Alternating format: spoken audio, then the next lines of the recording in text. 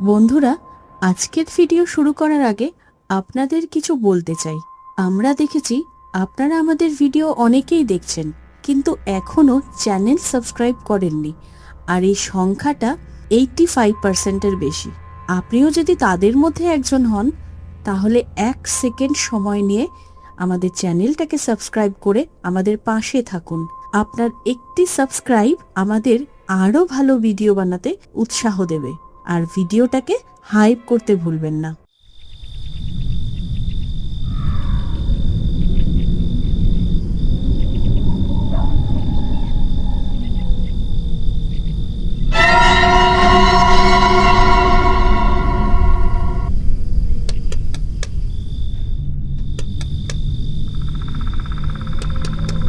কে রে বাপ এত রাতে? কে আগে বল দেখি। আমি বিশু গো, বসন্তদা, একটু দরজাটা খোলো। ও বিশু, দাঁড়া দাঁড়া, খুলছি। এত রাতে তুই এখানে কি করছিস? দাঁড়া দাঁড়া, আসছি।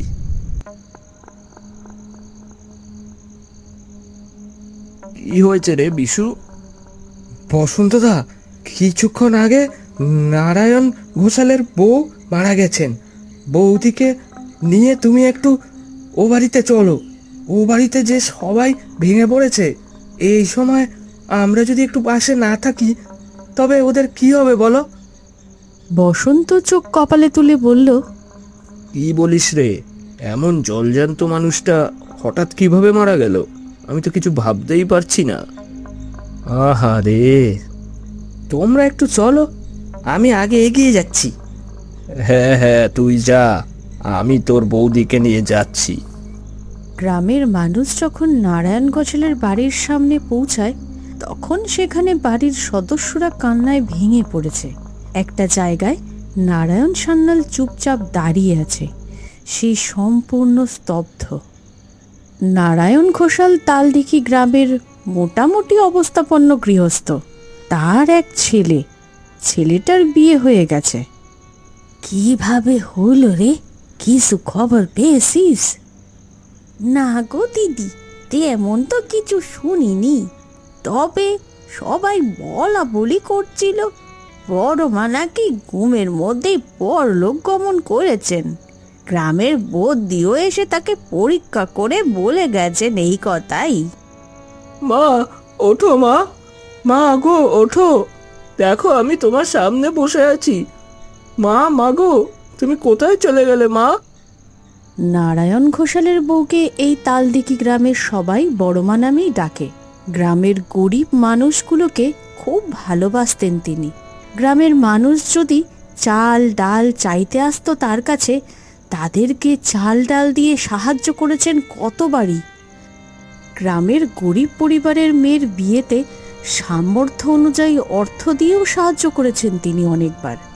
এই রকম আরও কত ছোট বড় সমস্যায় গ্রামের মানুষের পাশে যে তিনি দাঁড়িয়েছেন, তার কোনো হিসেব নেই। এইভাবেই তিনি সবার বড় মা হয়ে উঠেছিলেন। বিশু নারায়ণ ঘোষালের উদ্দেশ্যে বলেন, বাবু, এবার তো বড় মাকে নিয়ে যেতে হবে। বড় মারে নিয়ে যাওয়ার আগে তাকে সাজাতে হবে তো। বড় মা সতী সাধ্বীর স্ত্রী ছিলেন, সিঁদুর মাথায় নিয়ে মারা গেছেন তিনি। তাকে সুন্দরভাবে বউয়ের মতো সাজিয়ে দিয়ে তারপর তোমরা নিয়ে যেও। এরপর বড়মাকে সাজানোর পর্ব শুরু হলো। একটা লাল টুকটকে শাড়ি গ্রামের মহিলারা ও তার ছেলের বউ পরিয়ে দিল তাকে। মাথায় মোটা সিঁদুর আর চন্দনের টিপ পরানো হলো তাকে। পা দুটোকে আলতা দিয়ে রাঙিয়ে দেওয়া হলো তার। গলায় রজনীগন্ধার মালা পরানো হলো। আর দেরি করা যাবে না, এবার সবাই চলো, বড় মাকে আমাদের নিয়ে যেতে হবে। গ্রামবাসীরা ও নারায়ণ ঘোষালের ছেলে কাঁধে করে বড় মাকে নিয়ে এগিয়ে গেল। গ্রামের মহিলারা চোখের জলে তাকে বিদায় জানালো। এরপর ছেলে সুখেন্দু তার মায়ের শ্রাদ্ধ শান্তির কাজ খুব ভালোভাবেই সম্পূর্ণ করল। তালদিঘি গ্রামের প্রায় সকলেই এসেছিল বড় মার শ্রাদ্ধের কাজে নারায়ণ ঘোষালের বাড়িতে। এই কাজে এসেছিলেন নারায়ণ ঘোষালের বন্ধু দুধকুমারও। তিনি পাশের গ্রামের অবস্থাপন্ন গৃহস্থ। নারায়ণ, তুমি শক্ত থেকো। কি আর করবে বলো, যখন যার যাওয়ার তখন তো সে যাবেই। নারায়ণ ঘোষাল দাঁড়িয়ে থেকে গ্রামের মানুষজনকে নিমন্ত্রণও খাওয়ালো। এরপর প্রায় কয়েকটা দিন কেটে গেছে। একদিন রাতের বেলা নারায়ণ ঘোষাল ও তার ছেলে আর ছেলের বউ তাদের নিজেদের ঘরে ঘুমোচ্ছে। গভীর রাত। হঠাৎ একটা শব্দে নারায়ণ ঘোষালের ছেলের বউ মালতীর ঘুমটা ভেঙে যায়। সে বিছানা ছেড়ে উঠে দরজা খুলে বাইরে বেরিয়ে আসে।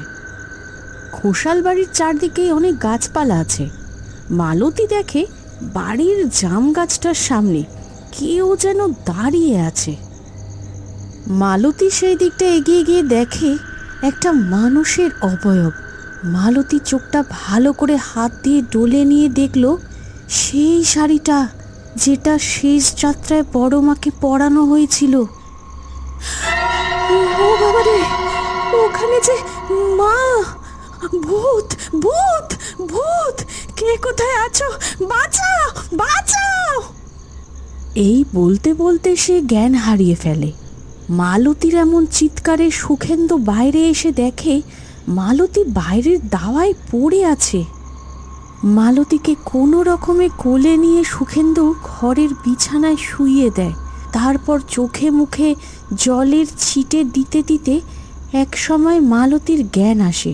ততক্ষণে নারায়ণ সান্যালও সেখানে এসে উপস্থিত হয়েছে।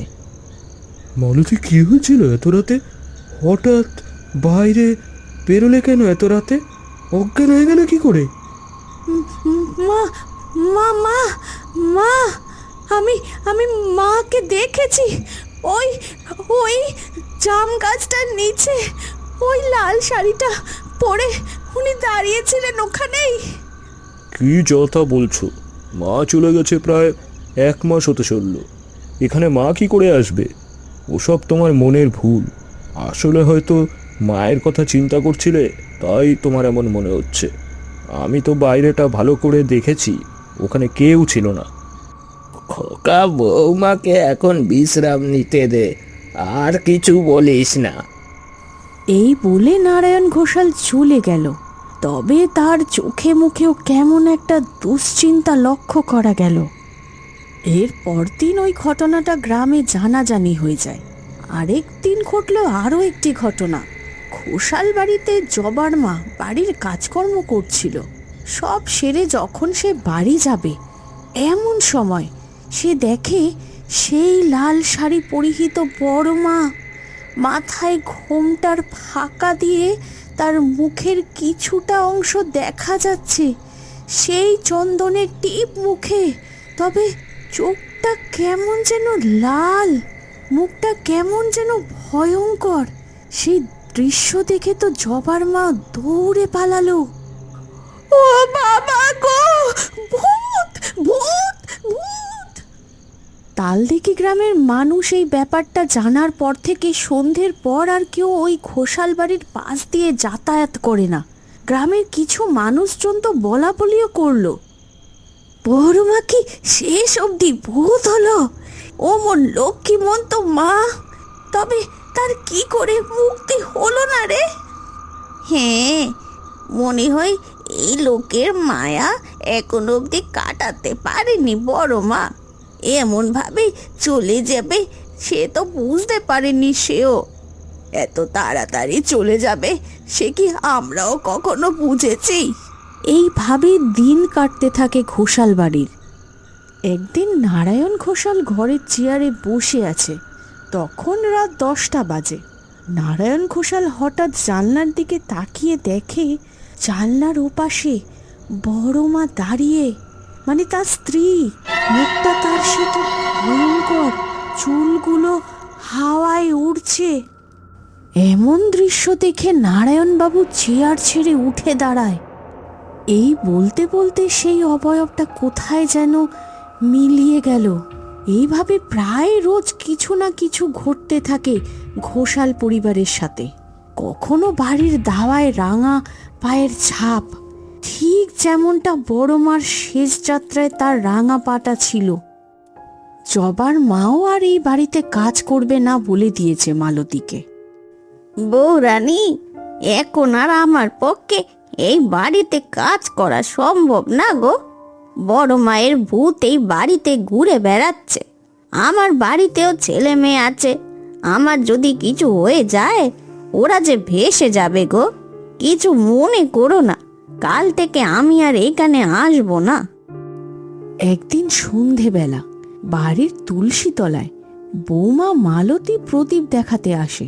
প্রদীপ জ্বালিয়ে প্রণাম সেরে যখন সে ঘরের দিকে যাবে, এমন সময় কি যেন একটা দেখে মালতী চিৎকার করে ওঠে, ওরে বাবা রে, ওই যে মা, মা ওইখানে মা, বাঁচাও বাঁচাও।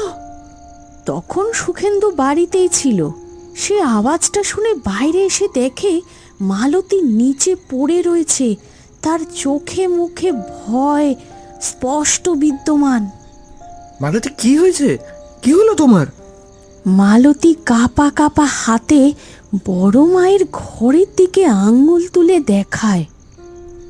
মাকে দেখলাম, ও যে ওইখানে দাঁড়িয়ে ছিল। সুখেন্দু তৎক্ষণাৎ মায়ের ঘরের সামনে গিয়ে দেখে এখানে কেউ নেই মালতী, আর ঘরের দরজাটাও তো বন্ধ। তুমি ভুল দেখেছো। না না, আমি ঠিক দেখেছি। ঘরের থেকে বেরিয়ে এসে কি যেন একটা বলল আমার দিকে তাকিয়ে, তারপর ওই দিকে চলে গেল। একদিন সুখেন্দু আর মালতী বাবা নারায়ণ ঘোষালের ঘরে এসে তাকে বলে, বাবা, এইভাবে তো চলতে পারে না। রোজ রোজ কিছু না কিছু তো হচ্ছেই। আমাদের একবার কাউকে ডেকে দেখানো উচিত। তুমি কি বলো? আমি ভাবছিলাম যা হচ্ছে সেটা স্বাভাবিক না, কিছু তো হচ্ছে যা আমরা বুঝে উঠতেই পারছি না। তোমার বৌমা তো ভয়ে সিটিয়ে যাচ্ছে পুরো। হ্যাঁ, আমিও ভাবছিলাম, তারা দেখছি কাকে ডাকা যায়। এরপর একদিন কোথা থেকে নারায়ণ ঘোষাল একজনকে ধরে আনলো। সে কিছু ক্রিয়াকলাপ করে দক্ষিণা নিয়ে চলে গেল। তবে এতে কিছুই হলো না। এরপর আবার তাকে বাড়ির আশেপাশে দেখা যেতে থাকে। সেদিন রাতেই সুখেন্দু ও মালতী ওদের ঘরে ঘুমোচ্ছে। হঠাৎ মনে হলো কেউ যেন ওর গলা টিপে ধরেছে। এক্ষুনি মনে হয় দমটা যেন বেরিয়ে যাবে। এমন সময় হঠাৎ ওর ঘুমটা ভেঙে যায়। মালতী হুড়মুড়িয়ে বিছানায় উঠে বসে। ও ঘরের চারপাশটা চোখ ঘুরিয়ে ঘুরিয়ে দেখতে থাকে, তবে সেখানেও কাউকে দেখতে পায় না। ঘুমের মধ্যে কোনো দুঃস্বপ্ন দেখেছে এই ভেবেই সে মাথাটা বালিশে রেখে আবার শুয়ে পড়ে। এর কিছুক্ষণ পর একটা গোঙানির আওয়াজে সুখেন্দু ঘুমটা ভেঙে যায়। সে চোখ খুলে দেখে সামনের দিকে মালতী বিছানার একপাশে বসে আছে। তার চোখ মুখ খোলা চুলে ঢাকা পড়ে গেছে। মালতী এক নাগারে বসে বসে দুলছে আর জোরে জোরে শ্বাস নিচ্ছে। কি ভয়ঙ্কর সে দৃশ্য! সুখেন্দু তড়িঘড়ি মালতীর সামনে গিয়ে তার কাঁধে হাত দিতে হঠাৎ করে মালতী থেমে যায়, তারপর বিছানায় পড়ে গেল। পরদিন সকালে সুখেন্দু মালতীর পাশে বসেছিল। ওর যখন চোখ খুলল, কাল রাতের কথা মালতীকে জিজ্ঞাসা করাতে সে তো কিছুই বলতে পারল না। কাল রাতে তার সাথে যে কি হয়েছে সে যেন কিছু জানেই না। তবে সুখেন্দুর কাছে কালকের কথা শুনে মালতী তো ভয়ে জড়সড় হয়ে যায়। আমাদের সাথে কিছু কিছু ঘটনা এমন হচ্ছে, এটা স্বাভাবিক মনে হচ্ছে না। আমার মনে হয় আমাদের একজন ভালো ওঝার কাছে যাওয়া উচিত। হ্যাঁ, বাবা তো বলেছেন কারুর সাথে কথা বলবে। এমন সময় নারায়ণ ঘোষাল ওদের ঘরের সামনে এসে দাঁড়ায়। বাবা, এসো এসো। তোমাদের একটা কথা বলতে আসলাম।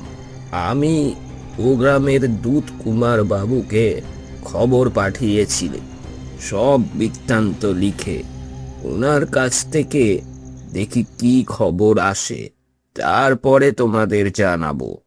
হ্যাঁ বাবা, তুমি যা করবে একটু তাড়াতাড়ি করো। কাল রাতেও তোমার বৌমার সাথে একটা ঘটনা ঘটেছে। এইভাবে চলতে থাকলে তো আমাদের এখানে থাকাটা নিরাপদ হবে না। মা যে কেন আমাদের সাথে এমন করছে কিছুই তো বুঝতে পারছি না। আমাদের দ্বারা কি কিছু ভুল হলো?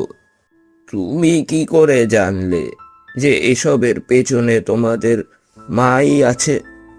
যারা যারা দেখেছে, তারা যা বিবরণ দিয়েছে, তাতে তো মনে হয় মাই এসব করছে।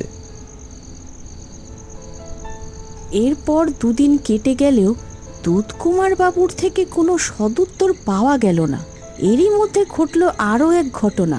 মালতী গ্রামের এক চেনাশোনার বাড়িতে গিয়েছিল। তখন সন্ধে হয়ে গেছে। বাড়িতে তখন থাকার মধ্যে ছিল নারায়ণ ঘোষাল। তিনি তার ঘরেই ছিলেন। সুখেন্দু বাড়িতে ছিল না। মালতী বাড়ির আঙিনায় প্রবেশ করে দেখল ওপরের বারান্দাটার মধ্যে দিয়ে একজন হন হন করে হেঁটে যাচ্ছে। বাড়িতে তখন হালকা আলো জ্বলছে। মালতী একটু ভালো করে দেখে বুঝতে পারল এটা ওর শাশুড়ি মা, মানে বড় মা। তিনি সোজা হেঁটে পাশের ঘরটার দিকে ঢুকে গেল। এই ঘটনার কথা সুখেন্দুকে বলার পর সেও রীতিমতো ভয় পেয়ে যায়। দিনে রাতে এভাবে পুরো বাড়িময় অশরীরীর আনাগোনা তো কোনো গৃহস্থের জন্যই ভালো নয়। এরপর সুখেন্দু তার বাবাকে সঙ্গে নিয়ে পরদিন সকালে বেরিয়ে পড়ল। কোথায় যাচ্ছিস বলতো? কিছু তো বললি না।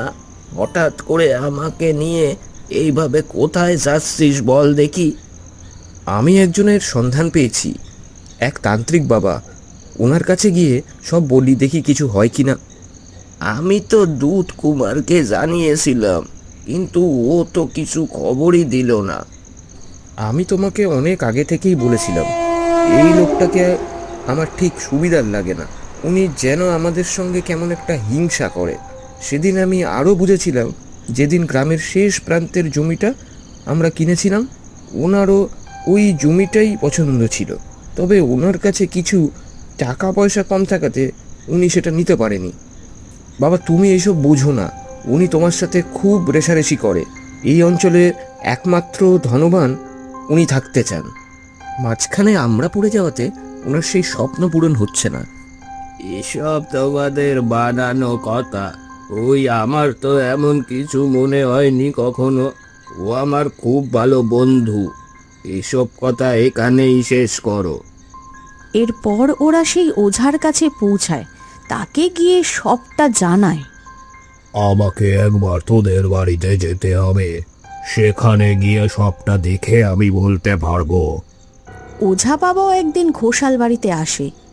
সম্পূর্ণ বাড়ি উনি ঘুরে ঘুরে দেখে নারায়ণ ঘোষালকে জানায়, আপনারা যাকে দেখেছেন উনি এই বাড়ির বড় মাই বটে। তবে উনি কোনো ক্ষতি করতে এখানে বারবার আসছে না। উনি কিছু বলতে চাইছে, সেটা হয়তো আপনারা বুঝতে পারছেন না। আমি ধ্যানে বসবো, তারপর সবটা জানতে পারবো উনি কেন বারবার ফিরে ফিরে আসছে। ওঝা বাবার ধ্যানে বসার সমস্ত ব্যবস্থা করা হলো। উনি ধ্যানেও বসলেন। তারপর একটা সময় ধ্যান ভঙ্গ করে উনি যা বললেন তা শুনে সবাই অবাক। তোমাদের মা তোমাদেরকে রক্ষা করার জন্য এখানে ঘুরে বেড়াচ্ছে। আসলে তোমাদের ওপর ষড়যন্ত্র হয়েছে। আমি ধ্যানে বসে সব দেখেছি। ওই গ্রামের দুধ কুমার, উনি তোমাদের বাড়িতে প্রেত চালনা করেছিল। সেই প্রেত প্রথমে বড় মাকেই আক্রমণ করে, যাতে তার প্রাণ গেল। এরপর এক এক করে তোমাদের সবাইকে মারার পরিকল্পনা উনি করেছিল। তবে তোমার মা অশরীরী হয়ে সেই থেকে তোমাদেরকে রক্ষা করে যাচ্ছে। তাই জন্য কোনো প্রতিকূলতা তোমাদের ওপর এসে পৌঁছায়নি। তোমাদের মা তোমাদের কোনো ক্ষতি করবে না। আমি তন্ত্র বলে সেই প্রেতকে আটকে দিয়েছি, আর তোমাদেরকে মাদুলি দিয়ে যাচ্ছি। সেগুলো তোমরা ধারণ করে নিও, আর কোনো সমস্যায় তোমাদের পড়তে হবে না। আর এই বাড়িটাও বন্ধন করে দেব। আর ওই প্রেত যেখান থেকে বা যার দ্বারা এসেছিল তার কাছেই ফেরত যাবে। এই সমস্ত বিনষ্টকারী প্রেত যদি তার লক্ষ্যে পৌঁছাতে না পারে, তবে যে তাকে চালিত করেছিল তাকে গিয়েই আক্রমণ করে। তোমাদের আর ভয় নেই, আর তোমার মায়ের নামে একটা যজ্ঞ করে তার আত্মার শান্তি কামনা করো। নারায়ণ ঘোষাল সেই কথা মতো যজ্ঞের অনুষ্ঠান করে। এরপর ওরা আর কখনোই বড় মাকে দেখেনি। তুত কুমার যে আমার পিঠের পেছনে এমনভাবে ছুরিটা মারবে সেটা তো ধারণাও করতে পারিনি কোনোদিন। সুখেন্দু বাবা, তুই ঠিক ছিলিস। আমি মানুষ চিনতে ভুল করেছিলাম। বড় ভুল করে ফেললাম রে, বড় ভুল করে ফেললাম। এই গল্পের সবচেয়ে ভয়ের মুহূর্ত আপনাদের কাছে কোনটা, সেটা কমেন্টের মাধ্যমে আমাদেরকে জানান। আর এরকম আরও ভালো ভালো ভিডিও পাওয়ার জন্য আমাদের চ্যানেলটাকে সাবস্ক্রাইব করে রাখুন।